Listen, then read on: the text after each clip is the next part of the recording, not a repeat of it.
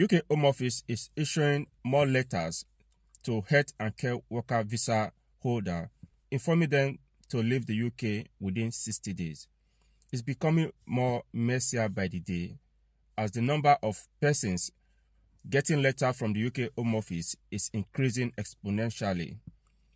Within the last 4 days after I post my last video, I've gotten more than 10 messages from some migrants asking me if I can help them with a job with visa sponsorship, because they've gotten letter from UK Home Office informing them to leave the UK within the next 60 days if they are unable to get another employer that is willing to sponsor them to extend their stay here in the UK. The last video I uploaded, I got lots of reaction from some of my subscribers and those who are not currently my subscribers, right? The challenges with the health and care visa is so enormous that apart from the increase in net migration the UK government is trying to bring down, some complaint from those who are operating care homes and supported living home is not palatable. Some of the engagement I received from my last video actually call for concern, right? You can check the comments on the last video I uploaded and you see some comments. Some of the comments regarding migrants coming to the UK to work on the health and care visa route, it's something that calls for concern, right? So guys, if you are a skilled workers within the health and care worker visa route, your job is to come and take care of vulnerable people. So that should be one of the principal things you need to put into cognizance as you are doing your job.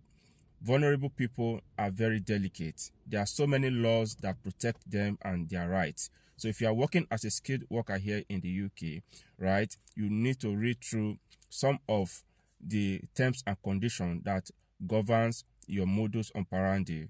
One of the persons that sent me message among those who have gotten letter for the UK Home Office said she arrived the UK in October 2023, right? She worked only a few months with the company before the company sponsorship license was revoked by the UK Home Office, right? This is a delicate time for those affected persons because getting a job with visa sponsorship in the UK at the minute, it's very difficult. Most especially those who are not skilled in other areas they can explore apart from the care visa route.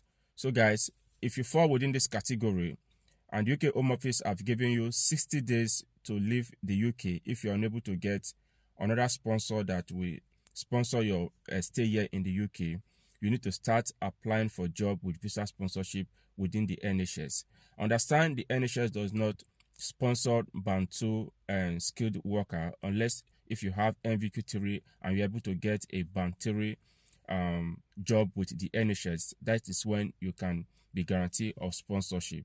With your NVQ3, you can be able to get visa sponsorship job within the NHS. But those who do not have NVQ3, it will be very difficult for you to get a job with visa sponsorship within the NHS. This is one thing I've been preaching in most of my video, right? Don't rely on the current qualification that gave you the job you are currently doing. Try to upskill yourself. You never can tell where the pendulum will swing to. Currently, those who have NVQ3, they have good advantage over those who do not have NVQ3 because they can explore large number of employers who are willing to recruit with visa sponsorship. But if you don't have NVQ3, there's no way you can be able to get job with visa sponsorship within the NHS. Upskilling yourself will always put you in a poor position to get a better offer. So guys, the UK is no longer the way it used to be 2 years, 3 years ago. Things have changed drastically because of the net migration the government is trying to cut down.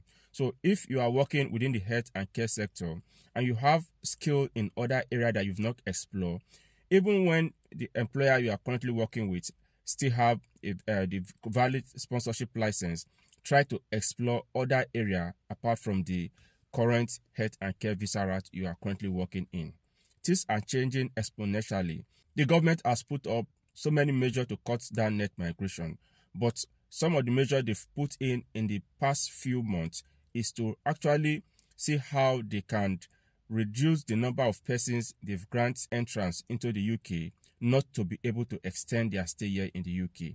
By so doing, if you gain entry into the UK on a pre-settlement visa like the student visa or a temporary work visa, you cannot be able to extend it after the expiration of that term, or the chance of getting a job that can enable you extend that temporary stay will not reduce because of the requirements that we put in place. So the measures they are coming up with are so enormous, all in a bid to cut down net migration, and it hammers on those who are already here in the UK. It could be devastating after you spend a year or two here in the UK, and after the expiration of the initial visa that you use in accessing the UK, you could not extend your stay as a result of some of these policies that the government is putting on. Going back to your country is something that is heartbreaking. This is an urgent call to all skilled workers in the UK. Don't relax on your hours, no matter the sector you are working in.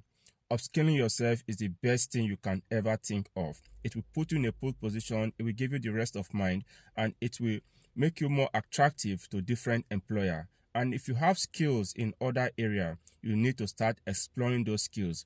Try to look out for what qualification, what certification you need to get in those extra skills that you have before now, that you can be able to upskill to put you in a pole position. In the event that your current employer loses its sponsorship license and you're unable to get another employer within that sector, you can now leverage on these extra skills and extra qualification you've gotten in a different area or different field. You can use that to apply for job with visa sponsorship.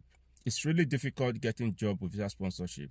The number of persons that have reached out to me, if I can refer or I can give them link or I can tell them names of companies or employers that are currently recruiting with visa sponsorship so they can apply. 60 days is not a long time. It will be difficult for most of these persons to get job with visa sponsorship within 60 days because it's really competitive getting job with visa sponsorship at the minute. So guys, if you're planning to come to the UK, you need to put all of this into cognizance. This is a current update. The UK Home Office is issuing out letters to skilled workers in the UK, most especially skilled workers within the health and care visa route, informing them to leave the UK within 60 days. The reason is because the employer that sponsors most of these care workers, they've lost their sponsorship license. And once the employer that sponsors you to come and work here in the UK loses its sponsorship license, you will not be able